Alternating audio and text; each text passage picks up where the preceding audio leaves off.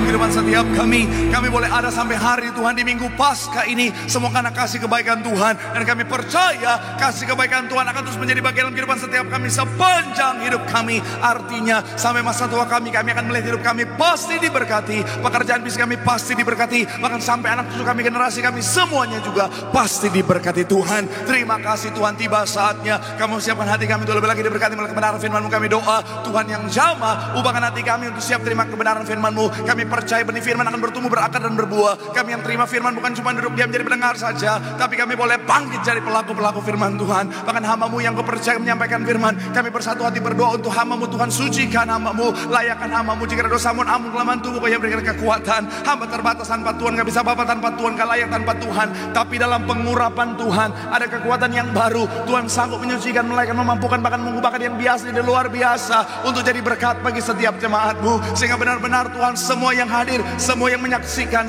semuanya pasti diberkati sempurna.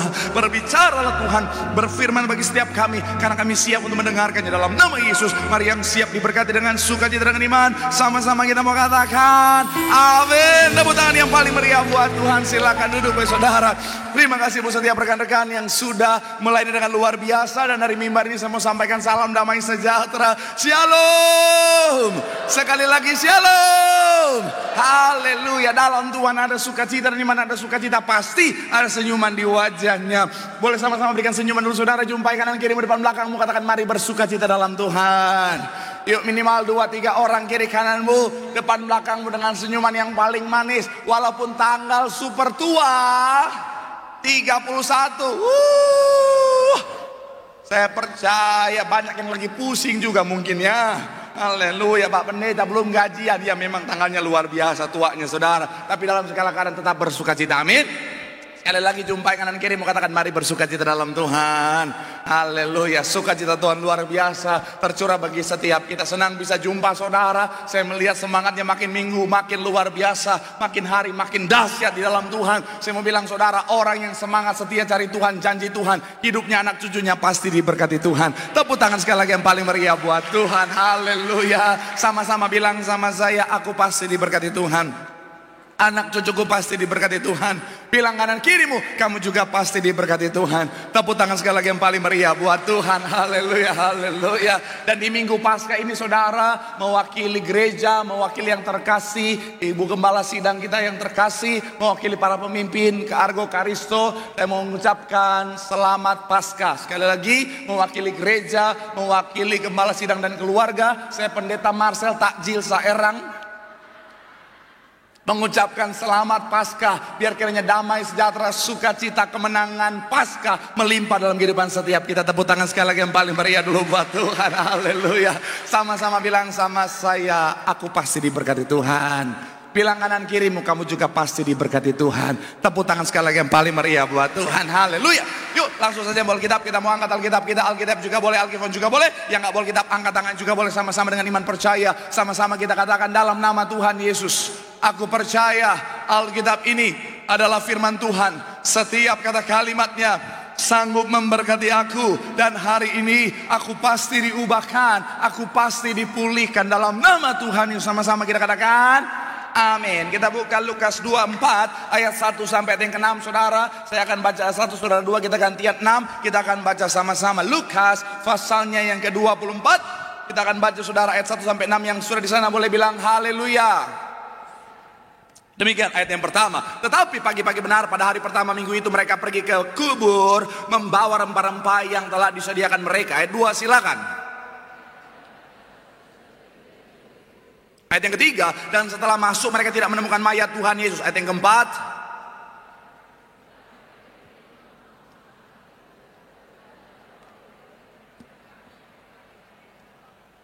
Ayat yang kelima, mereka sangat ketakutan dan menundukkan kepala. Tetapi kedua orang itu berkata kepada mereka, mengapa kamu mencari dia yang hidup di antara orang mati? Ayat 6 sama-sama 3. Ya, ia tidak ada di sini, ia telah bangkit. Ingatlah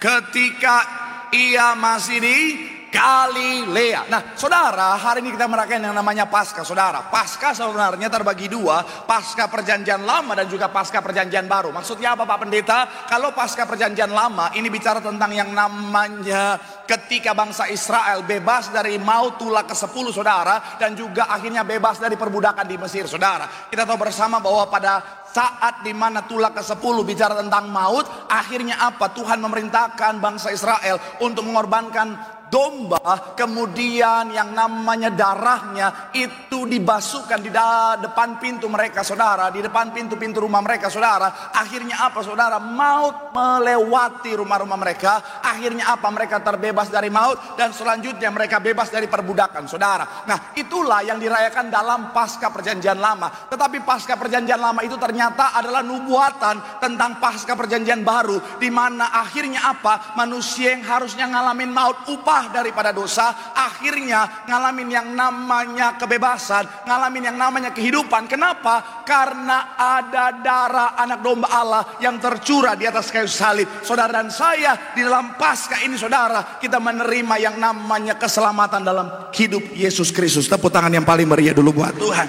Haleluya. Nah makanya hari saudara bicara tentang ketika Tuhan bangkit, di mana pas kita rayakan, kita akan sama-sama belajar makna di balik kebangkitan. Sama-sama bilang sama saya, makna di balik kebangkitan.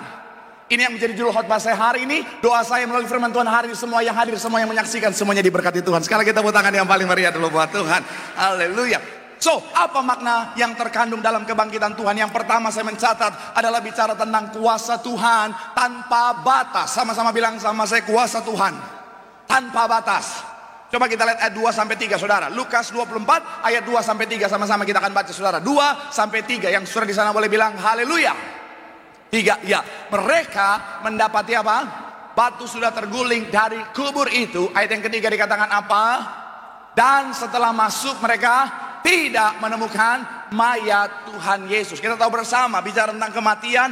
Kematian adalah batas akhir dari kekuatan manusia. Saudara mau sehebat apapun, saudara mau sekaya apapun, saudara mau punya jabatan seperti apapun, akan ada saat di mana akhirnya kalau memang sudah waktu Tuhan, akhirnya kita akan dipanggil, akhirnya kita akan ngalamin yang namanya kematian, saudara. Bahkan saya pernah dengar satu cerita, satu kisah saudara, kesaksian ada seorang yang amat sangat kaya raya saudara. Dia ingin bisa lebih panjang umur, tetapi apa? Tidak bisa. Sampai dokternya bilang, Pak, mau kita ganti posisi pun, mau Bapak bayar berapapun, saya nggak bisa berbuat apa-apa. Kenapa? Karena memang sudah waktu Tuhan. Dan saya mau bilang saudara, kenapa? Karena sekali lagi kematian adalah batas akhir kekuatan manusia saudara. Tapi kabar baiknya saya mau bilang saudara, Tuhan kita sudah menang atas maut. Katakan amin. Menyatakan kuasanya besar luar biasa. Tepuk tangan sekali lagi yang paling meriah buat Tuhan. Haleluya. Nah makanya ketika kita merayakan Paskah, ketika kita ingat Paskah, kita ingat kebangkitan, kita ingat kita punya Tuhan yang kuasanya dahsyat, kuasanya luar biasa. Makanya kalau kita ingat kita punya Tuhan yang kuasanya dahsyat luar biasa,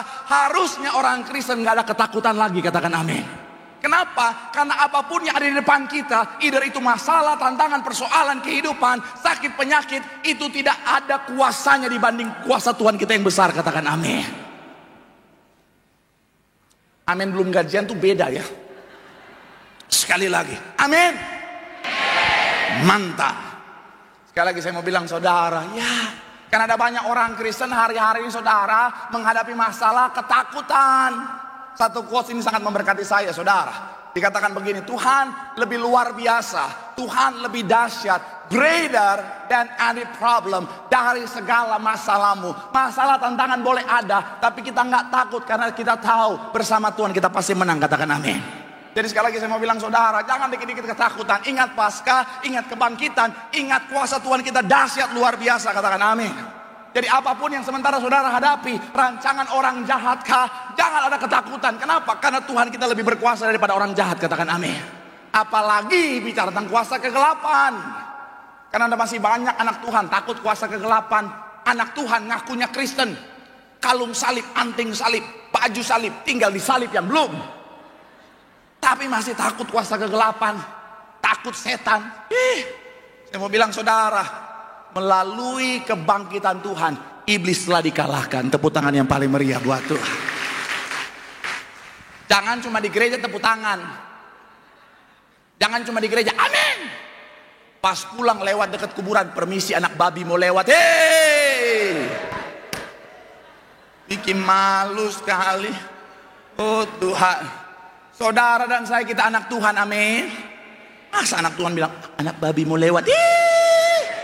Tapi bicara tentang tadi ya, saya ingat satu cerita kemarin saudara. Ada satu orang di Amerika, mereka percobaan saudara, karena dia pengen panjang umur, jantungnya udah rusak, dia ganti dengan jantung, mohon maaf, jantung babi katanya saudara.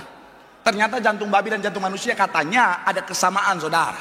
Jadi akhirnya apa? Dia pakai jantung babi, dia coba saudara. Saya lagi ngebayangin gimana dia pakai jantung babi terus nafas tuh kayak gimana saudara. Duduk.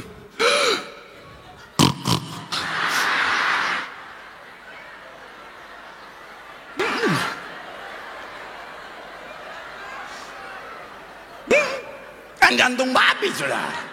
Oh Tuhan, saya lagi ngebayangin juga gimana dia lagi pakai jantung babi terus denger lagu Natal. Neng neng neng neng neng neng neng neng neng neng neng. Waduh, itu langsung berdebar-debar.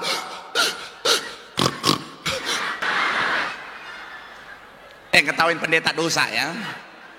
Tapi sekali lagi saya mau bilang saudara, dia coba ya selesai juga saudara. Nah tapi begini saudara, anak Tuhan jangan lagi ada ketakutan saudara. Kita anak Tuhan, iblis harusnya takut lihat kita, amin.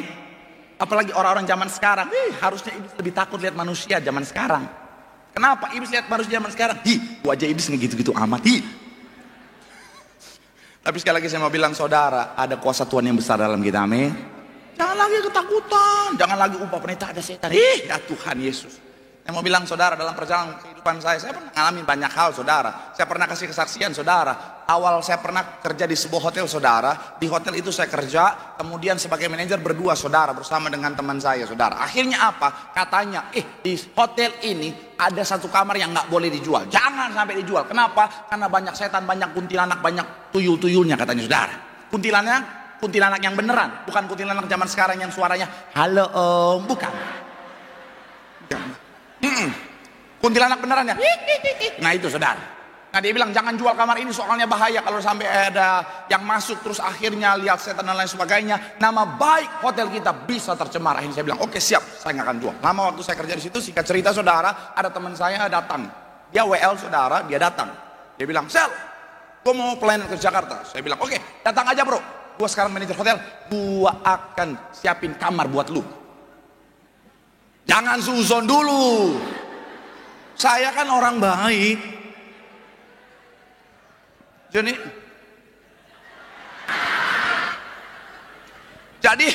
saya bilang bro, gue siapin kamar. Dia datang saudara. Akhirnya sekarang saya lihat ya banyak kamar kan. Saya bilang ke resepsionis saya, tolong kamu liatin kamar ya. Cek. Pak, penuh loh, kok bisa penuh? Iya, soalnya ada wedding, banyak yang pakai kamar. Waduh. Coba cari lagi, dia cari lagi. Pak, ada pak. Nah itu aja. Tapi kamar yang itu pak. Wah, saya udah tahu kan kamar yang nggak boleh dijual, yang katanya banyak setannya, kuntilanak segala macam saudara. Oh Tuhan, saya sayang banget sama teman saya. Akhirnya saya bilang sama resepsionis saya, itu aja. Ya, saya sayang dia, tapi harga diri lebih penting saudara. Jadi saya bilang ada bro, jarang dijual bro. Yang mana? Tuh yang pojok sana. Anterin? Enggak, pergi aja sendiri. Saya bukan takut, geli aja gitu saudara. Akhirnya saudara, dia tidur di kamar yang banyak setannya. Saya nggak bisa tidur saudara. Ya saya kepikiran, Tuhan bagaimana nih teman saya Tuhan. Karena katanya kan kamar itu ada setan, kuntilanak, genderuwo, segala macam saudara. Nah, saya bukan takut dia diapa-apain sama kuntilanak. Saya takut kuntilanaknya diapa-apain sama dia saudara. Ya saya kepikiran bagaimana. Pagi-pagi saya telepon, nggak diangkat. Telepon 2 kali, nggak diangkat. Ketiga baru, halo. Oh puji Tuhan masih hidup saudara. Nah, saya bilang bro makan bareng yuk. Makan bareng saya cerita bro. Sebenarnya kata teman saya di situ banyak setan. Saya lihat wajah udah merah, udah mau marah-marah saudara. Tapi kan dalam Tuhan harus ada kasih dan kesabaran saudara. Saya lihat dia tarik napas. Saya udah siapin kata-kata, ingat gratisan. Akhirnya dia bilang begini, puji Tuhan, waktu gua tidur di kamar itu tenang, gak ada gangguan. Kenapa? Karena sebelum masuk, gua urapin dulu semuanya. Pas sebelum tidur, gua berdoa dulu. Tidur nyenyak, gak ada gangguan. Terus satu kalimat yang dia bilang sama saya, dan saya ingat sampai sekarang, dia bilang begini, saudara. Kita tuh anak Tuhan, anak terang. Anak Tuhan, anak terang. datang di tempat yang paling gelap sekalipun, tempat yang gelap Tuhan ubahkan jadi tempat yang terang. Tepuk tangan yang paling meriah buat Tuhan. Ya, makanya saya mau bilang saudara, anak Tuhan janganlah takut-takut setan. Bikin malu saudara. Anak Tuhan takut-takut setan. Saya sejak saat itu, mana setan, mana. Mana? Pernah saya tinggal di sebuah tempat saudara, katanya ada banyak setan di sini. Ada setan mata merah. Mata merah. Tapi betul, saya ditunjukin fotonya, ada setan mata merah, gondrong, tebel gitu saudara, matanya menyala merah. Saya lihat, ada loh. Saya penasaran saudara. Tapi dalam pikiran saya ketika lihat foto itu saya ingat, cocok juga jadi bintang iklan obat mata saudara. Iya dong, jadi kalau saudara ada yang punya perusahaan obat mata, boleh tuh undang ini. Jadi setan jalan, terus ada artisnya bilang, wah mata kamu merah nih, pakai Insto. Nah, Insto seger. Pendeta siap industri saudara. Haleluya, haleluya. Tepuk tangan buat apa itu? Tapi sekali lagi saya mau bilang saudara ya, bilang mata merah, tapi saya penasaran, saya cari mana, nggak ketemu mana nih. Saya sengaja jalan malam-malam, tengah malam, mana, nggak ada. Saya udah siap-siap, mana mata merah muncul, gua colok mata lo. Nggak ada, saudara. Jadi saya mau bilang sekali lagi saudara, jangan lagi ada ketakutan, amin. Kenapa? Ingat kebangkitan kita, ingat kuasa Tuhan kita yang dahsyat luar biasa. Amin. Apapun yang ada di depan saudara, melangkah dengan iman. Kalau Tuhan kita kuasanya dahsyat luar biasa, kemenangan yang jadi bagian setiap kita. Tepuk tangan sekali lagi yang paling meriah buat Tuhan. Bilang sama kanan kirimu, ingat kebangkitan, ingat kuasa Tuhan yang dahsyat. Tepuk tangan yang paling meriah sekali lagi buat Tuhan. Haleluya. Yang kedua saudara, apa makna dari yang namanya kebangkitan? Sama-sama kita lihat saudara. Yang kedua adalah bicara tentang firman Tuhan pasti digenapi. Sama-sama bilang sama saya, firman Tuhan pasti digenapi. Amin. Coba kita lihat ayat yang ke-7 sampai ayat yang ke-8 saudara. Ayat 7 sampai ayatnya yang ke-8. Yang sudah di sana boleh bilang haleluya. Ayat 7 dan 8. 3 ya, yaitu harus ke tangan orang-orang berdosa dan akan bangkit pada hari yang ketiga. Ayat yang ke-8, maka teringatlah apa? Jadi soal kematian dan kebangkitan itu sudah Tuhan sampaikan jauh sebelumnya saudara. Dan akhirnya apa? Itu tergenapi saudara. Dan saya mau bilang saudara tentang kelahiran dan kematian Tuhan Yesus juga sebelum yaitu Tuhan yaitu datang ke dunia jadi manusia 700 tahun sebelumnya. Nabi Yesaya sudah menubuatkan itu saudara. Artinya apa? Kita bisa melihat yang namanya firman Tuhan itu pasti digenapi. Katakan amin. Saya mencatat di sini saudara, firman Tuhan pasti digenapi. Apa yang sudah keluar dari mulut Tuhan itu pasti terjadi. Katakan amin. Ini sejalan dengan Yesaya 55 ayat 11. Coba kita lihat Yesaya 55 ayatnya yang ke-11. Yuk yang sudah di sana Yesaya 55 ayat 11 boleh bilang haleluya. 3 ya, demikianlah firmanku yang keluar dari mulutku, ia tidak akan apa? Kembali kepadaku dengan sia-sia, tetapi ia akan apa? Melaksanakan apa yang, dan perhatikan apa, dan akan berhasil dalam apa yang. Kata melaksanakan di sini bahasa aslinya adalah asah saudara. Ini sebuah kata kerja yang bicara tentang apa? Keep doing it, tetap melakukan. Sampai kapan? Sampai itu terjadi, sampai itu digenapi dalam kehidupan setiap kita. Yang setuju boleh berikan tepuk tangan yang paling meriah dulu buat Tuhan. Haleluya. Makanya sekali lagi saya mau bilang saudara, dalam kehidupan setiap kita ingat baik bahwa apa? Kalau Tuhan sudah berfirman itu pasti digenapi. Katakan amin. Di dalam kehidupan saudara dan saya, ketika kita menghadapi masalah, tantangan, persoalan, kehidupan, sakit, penyakit, dan ketika kita berdoa sama Tuhan, minta pemulihan, minta mujizat, minta kemenangan, kemudian Tuhan sudah kasih firman-Nya dalam kehidupan setiap kita, pegang teguh itu. Karena Roh Kudus mengingatkan tentang firman, maka akhirnya apa? Firman akan menjadi bagian kita. Pegang teguh itu, karena itu pasti digenapi. Katakan amin. Memang kalau saudara ingat ketika saya bahas tentang waktu Tuhan, memang kadang-kadang saudara, Tuhan nggak langsung jawab. Kadang-kadang Tuhan izinkan dulu proses demi proses terjadi dalam kehidupan setiap kita. Tetapi dalam proses itu imani sungguh, kalau Tuhan sudah berfirman pasti digenapi. Katakan amin. Makanya dalam proses inilah belajarlah untuk jadi anak Tuhan yang sabar, dan jadi anak Tuhan yang percaya waktu Tuhan yang terbaik. Katakan amin. Karena saya pernah ngalamin saudara, saya pernah cerita sama saudara, dimana ketika awal mula saya nyampe ke Jakarta, sebelum merantau, Tuhan sudah kasih saya firman yang bilang begini saudara, bahwa aku akan memberkati, aku akan meratakan jalan-jalan, aku akan menyediakan harta benda yang tersembunyi dan lain sebagainya saudara. Tetapi dalam proses perjalanan kehidupan saya, ketika saya nyampe di Jakarta, saya sampai lihat, Tuhan, mana nih jalan yang rata Tuhan? Malah aku ngalamin proses kehidupan, naik turun, mendaki gunung, lewati lembah. Mana rata jalannya Tuhan? Mana nih Tuhan harta benda yang tersembunyi? Tersembunyi banget Tuhan. Oh Tuhan, nah dong hepeng. Oh Tuhan, nah dong hepeng. Saya mau bilang saudara, itu ngalamin proses. Kemarin hari Jumat kan saya cerita kan, saya culture shock saudara. Nyampe di Jakarta, awal-awal waktu di Manado semuanya serba nyaman, naik angkot pun enak bos. Angkot-angkot di Manado mewah, sofa, nggak ada tuh 46 mepet-mepet, nggak ada. Sofa enak, ada lampu-lampunya, ada musiknya. Sampai teman saya dari Cungkuak bilang begini, wow, angkot di Manado seperti diskotik katanya saudara. Naik angkot kalau di Manado, kalau misalnya kita berhenti, dia lewat lebih jauh daripada kita berdiri, kita akan bilang, sorry, I can't, capek. Salah.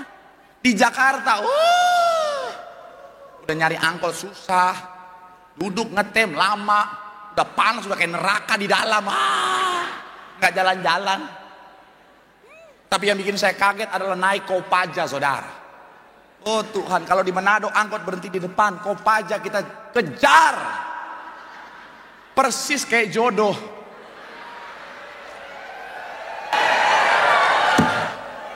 Ini yang pasti jomblo. Pak Pendeta, kami butuh pelepasan. Saya mau bilang saudara, oh Tuhan mesti dikejar. Dan saya pernah kaget banget awal-awal mulai naik Kopaja. Saya udah di dalam. Saya udah bilang, kiri bang. Dicuekin. Saya bilang, kiri bang, kiri bang. Abangnya bilang, loncat aja mas. Oh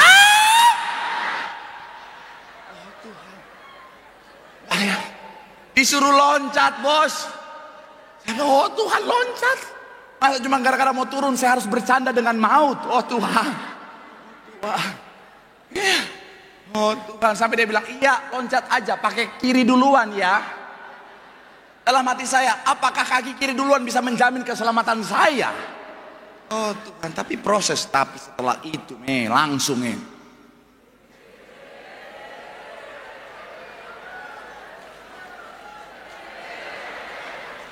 lagi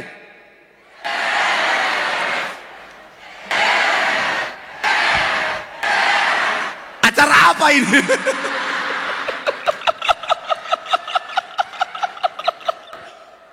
Tuhan, ini sesi memang paling kacau-kacau guys.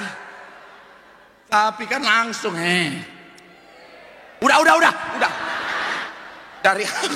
dari angkot Kopaja yang menantang maut langsung udah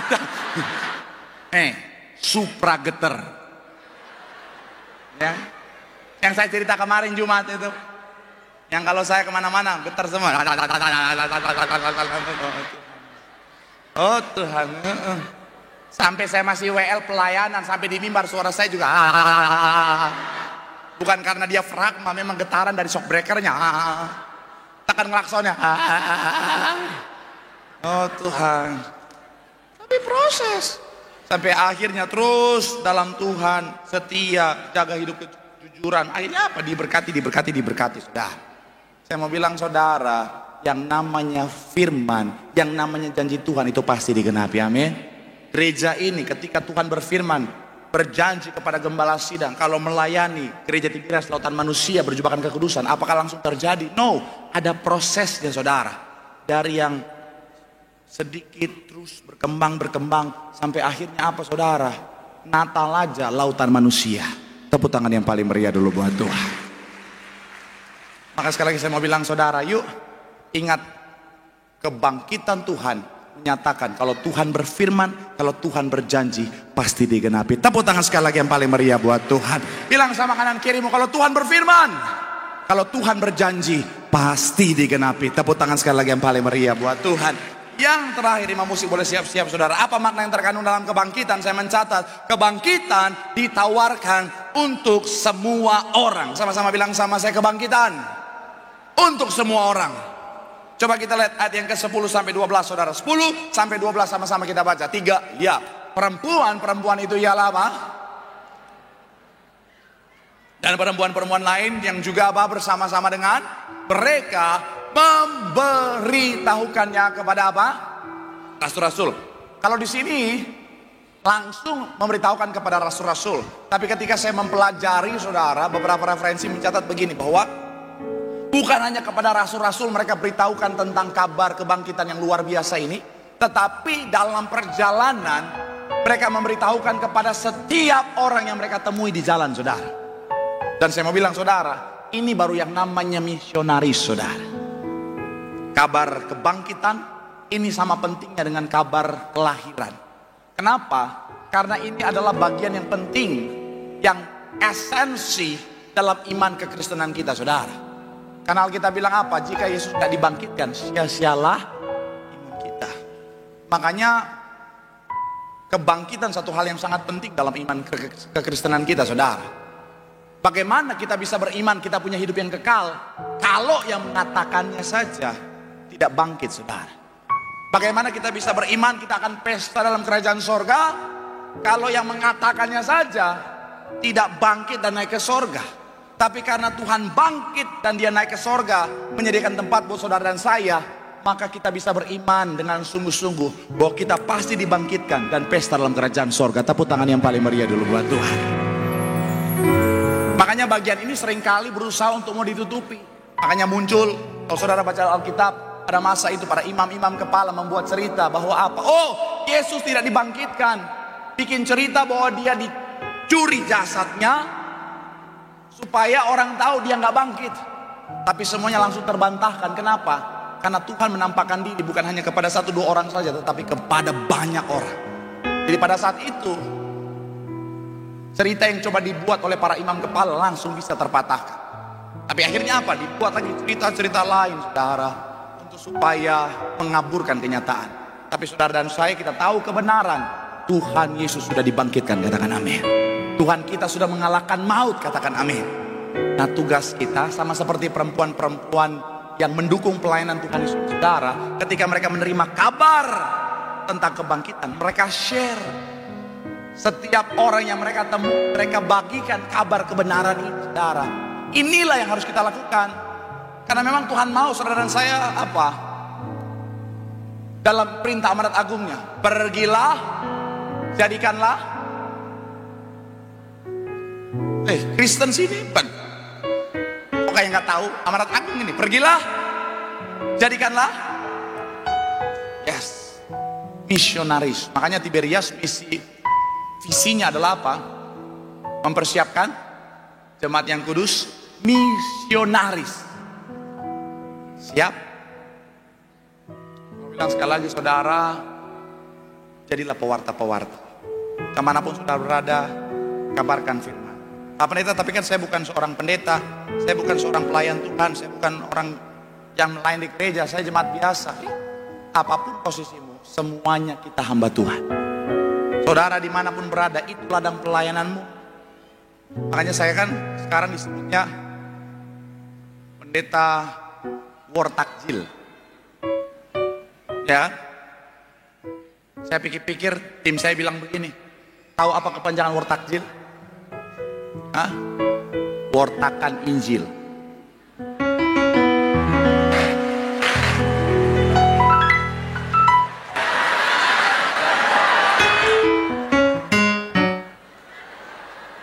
Don't worry, no smoking.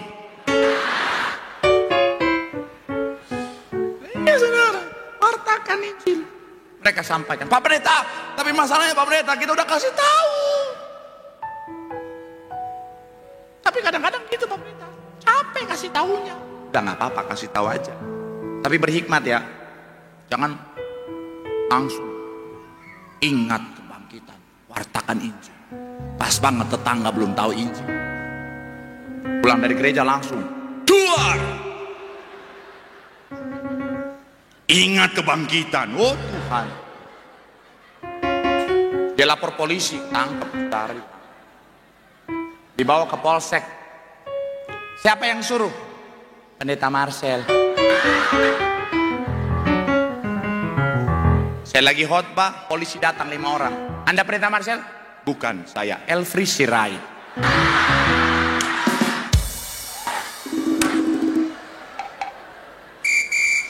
Aman. Pendeta Elfri lagi khotbah. Saudara-saudara langsung ditangkap. Saya lihat Pak Elfri, rasakan itu Brahma Kumbara. Oh Tuhan, Tuhan bercanda, Tuhan bercanda, Tuhan. Tapi saya mau bilang saudara, terima, wartakan kebenaran. Tapi saya, mungkin banyak saudara bilang Pak Pendeta, tapi banyak yang menolak. Saudara lihat lagi, ayatnya yang ke-10 terakhir, dikatakan, salah satu yang mereka beritahukan adalah kepada rasul-rasul. Siapa rasul-rasul? Hah? Oi, rasul siapa? Ya, murid-murid Tuhan Yesus, inner circle-nya Tuhan Yesus. Kan murid-murid ada yang 12, ada yang 70, ada yang 120, dan seterusnya. Nah ini yang 12. Mereka yang kenal Tuhan secara dekat, inner circle-nya Tuhan. Melayani bersama, dengar firman secara langsung, lihat Tuhan lakukan mujizat secara langsung. Tapi ketika mereka terima kabar kebangkitan, pada awalnya mereka apa? Katakan apa ayat 11?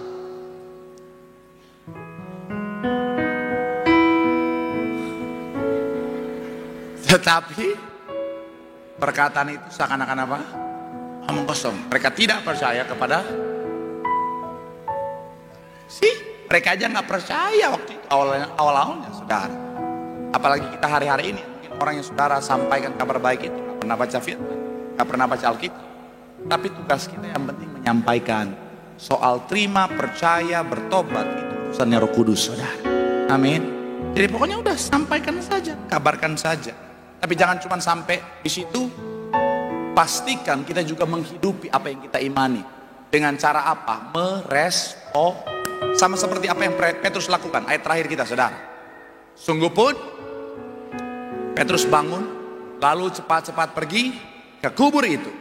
Ketika ia apa? Ia melihat hanya apa? Kain. Kapan? Dari sini kita bisa melihat yang menerjemahkan Alkitab Perjanjian Baru adalah orang Sunda, betul. Iya kan? Coba lagi ayatnya. Kain, kafan. Harusnya kain, kafan. Kenapa pakai P? Karena nggak bisa ngomong F.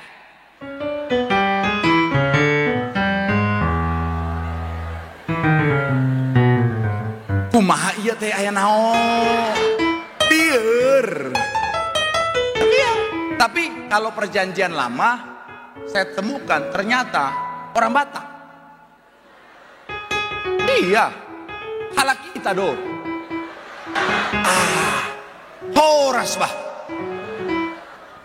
bah, Batak Pride, Marcel Simangunsong.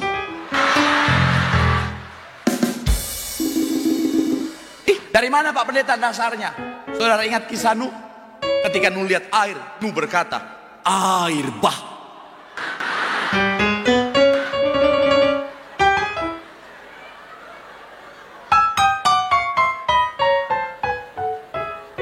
Orang mana yang kalau bicara ada bahnya? Kalau orang Manado, air Jo, nggak mungkin. Ya betul. Bagaimana pula ini?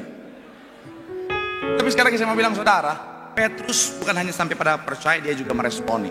Saudara dan saya, ingat kebangkitan, iman kita bangkitkan. Dan jangan hanya sampai pada iman percaya saja, tapi aplikasikan iman kita dengan tindakan, dengan respon yang benar. Supaya sekali lagi melalui kehidupan setiap kita, banyak jiwa dimenangkan untuk kemuliaan nama Tuhan. Tepuk tangan sekali lagi yang paling meriah buat Tuhan. Bilang sama kanan kirimu, kebangkitan itu semua orang. kabarkan kabar baik ini untuk kemuliaan Tuhan. Sekali lagi tepuk tangan yang paling meriah buat Tuhan. Yang diberkati boleh lambaikan tanganmu. Tepuk tangan sorak-sorai yang paling meriah buat Tuhan. Bagi Tuhan tak ada yang mustahil. Bagi Tuhan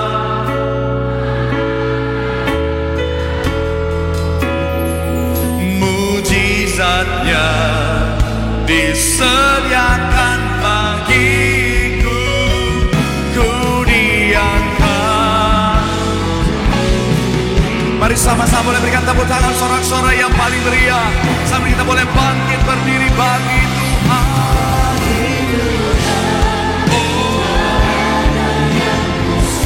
Katakan bagi Tuhan tak ada yang tak mungkin. Mujizatnya disediakan bagiku, ku diangkat.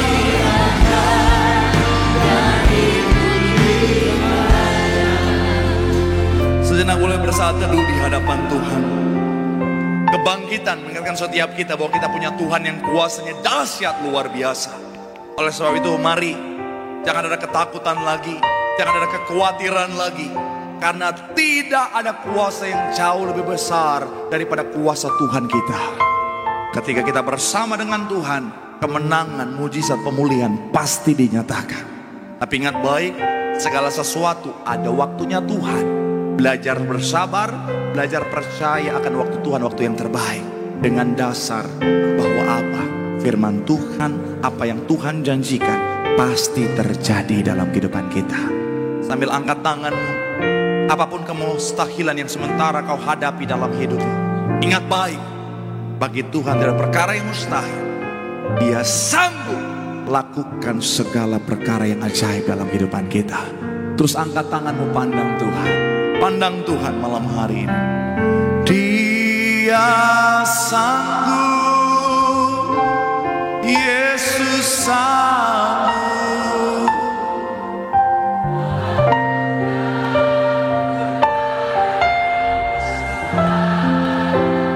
Dia sanggup,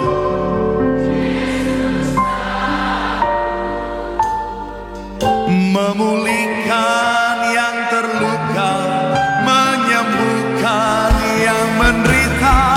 Dia sanggup memulihkan